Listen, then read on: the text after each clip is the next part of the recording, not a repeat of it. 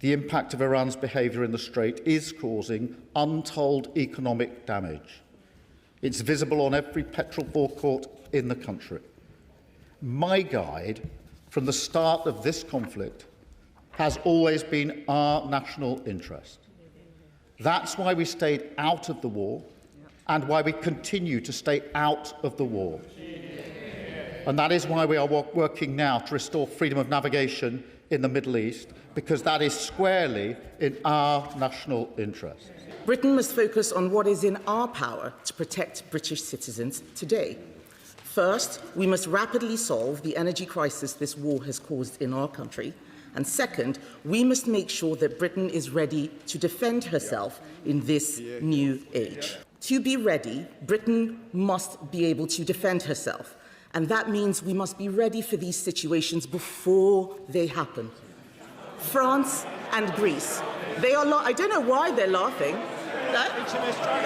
I'm surprised they're laughing, because last time I checked, France and Greece sent ships to protect our bases in Cyprus while our destroyer was stuck in Portsmouth. It was a national embarrassment on their shoulders, and it should never happen again. When exactly will the Defence Investment Plan be published, and what action is he taking to find the money to pay for it? Well, Mr. Speaker, I noticed that her opening sentence has changed. She used to say, we didn't start the war, but like it or not, we're in it. And we should be in it. That was her position. Now she says, well, they can't make their mind up.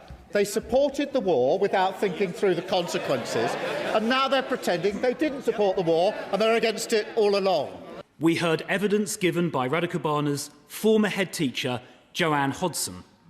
She told the inquiry she was pressured by mental health services to water down the EHCP to minimise the danger posed by Rada Kobana because of his ethnicity.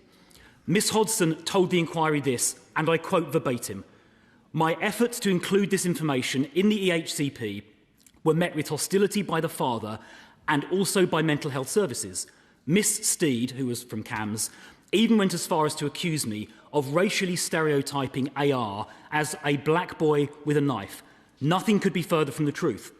But in the end, the wording of the EHCP was rewritten in many places." That's the end of her verbatim quote. Madam Deputy Speaker, this contributed to the clear risks being missed. The fixation with ethnic disproportionality is deeply damaging. Ethnicity should never be a consideration when an agency is taking steps to protect the public. Everybody should simply be treated exactly the same. We cannot allow dangerous individuals to avoid detention for public safety simply because of their ethnicity. This tragedy must be a line in the sand. We owe it to the victims, to the survivors, and to their families to learn the lessons from this tragedy and to make sure it never happens again. Labour's Chagos surrender has been wrong from the start. And instead of making excuses, the right thing to do would have been to tear up this dreadful treaty and commit to keeping Chagos British. And it's the Conservatives who've opposed this Labour deal at every turn. And while Labour has spectacularly failed to defend British sovereignty, and Reform have gone from suggesting that we sell the islands to the US to suggesting that we give it to the Maldives, the Conservative Party has been effectively scrutinising and opposing this surrender every step of the way to make sure that we keep Chagos British and we protect our sovereignty and our taxpayers. The process for negotiating this treaty has been, I'm sorry to say, utterly shambolic. From its beginning under the previous government to its demise under this one.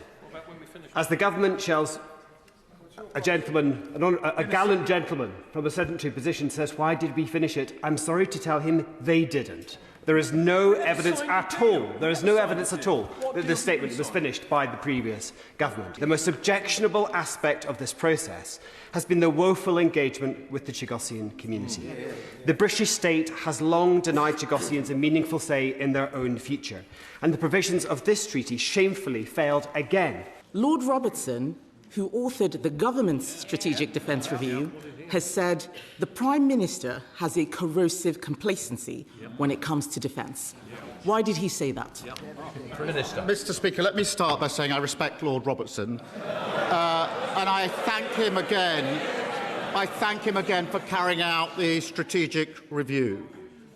My responsibility is to keep the British people safe, and that is a duty I take seriously. That is why I don't agree with his comments. Mr. Speaker, he says he doesn't agree with Lord Robertson. Lord Robertson is a former Labour Defence Secretary, a former NATO Secretary General. He also said, and I quote, "We are underprepared, we are underinsured, we are under attack." He said... Order. Sorry? Yeah. I don't think it looks good, shouting somebody down at the dispatch box. Talking about an increase is not the same as giving an increase. The military and the defence industry want to hear about what he's going to do, not him prosecuting past governments. He promised the Defence Investment Plan would be published. He promised that the Defence Investment Plan would be published last autumn. I asked him at PMQs 6 weeks ago when it would be published. He had no idea. It is now the middle of April. What's the hold-up? Mr. Speaker, I've set out my position. The Defence Investment Plan is the first line-by-line review of defence budgets for 18 years. She talks about talking. If you're going to support and make your country safe, you have to get the right calls on the big issues. She called for us to jump into the war. When I said we should jump into the war, she said this weekend, Mr. Speaker, that what she meant, she was talking about verbal support. Prime Minister, it's Prime Minister's questions. We've got to concentrate. My constituents are working themselves to the bone. And let's be absolutely clear, they are working and still having to claim benefits. There's not a single section of society, whether it's farmers, care workers, students, you name it, they have been let down. And I don't want that to be the case. We need to show that this House works for them. Will this government now change economic and fiscal course and deliver for people in the worst cost of living crisis? Welfare spending is set to rise by another £70 billion by 2030. And the last time I asked the Prime Minister about this, he said he was mending the system. Well, since then, Mr. Speaker, this disastrous Labour government have raised taxes on working people to give even more to those who don't. The people I speak to across Broxbourne think that this Labour government are taking them for mugs. So what does the Prime Minister say to working people across this United Kingdom who are being asked to pay more and are getting less? I'll tell them they were let down very badly by the last government for 14 years, and we're clearing up the mess.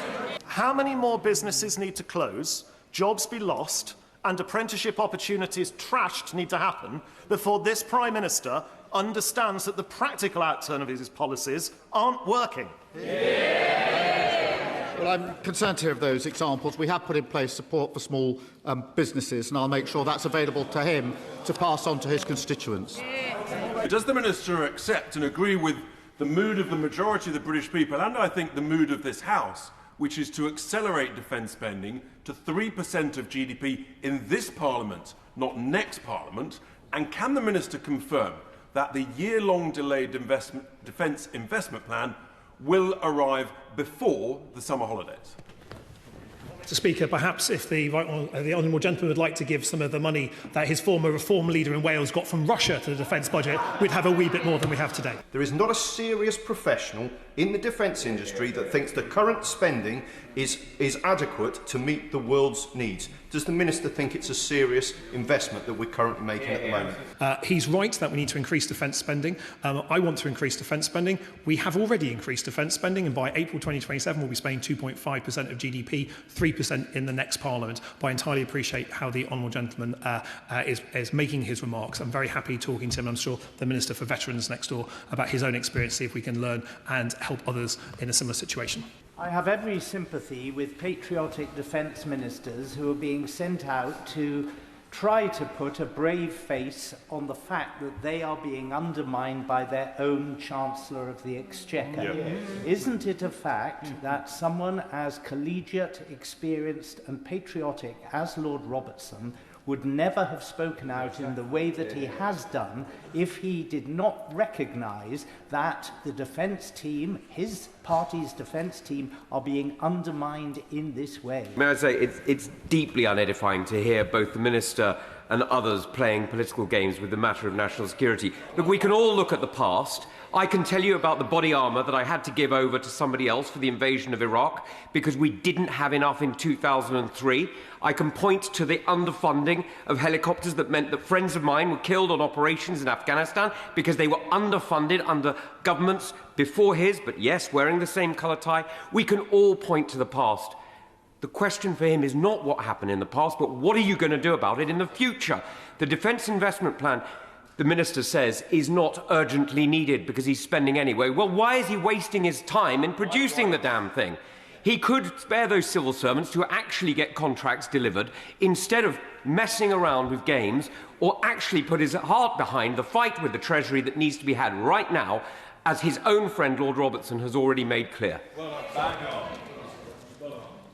Well, I really like the right honourable gentleman. Actually, I think he's a very jovial chap, and he raises some good points. And let me say to him, the Defence Investment Plan is needed. It is being worked on by our department. We will be delivering it when it is ready, but we are not waiting for the Defence Investment Plan to make announcements. Why this government is able to set out its welfare spending plans until 2031, but can't publish its defence investment plan for 2026. I thank him for his question. I don't think Britain gets stronger by pushing kids into poverty. That is the fundamental difference, I see it, between the welfare policies of our two different parties. And so I'm absolutely clear that we should be addressing the high levels of child poverty that we inherited from the last government. That's exactly the right things we should do. And he will also know, because I've said it a number of times, that we're working flat out to deliver the Defence Investment Plan, and it will be published when it's ready. The last 4 Prime Minister's questions, Mr. Speaker, have focused on the Iran war, fuel duty, North Sea oil and gas and the Defence Review.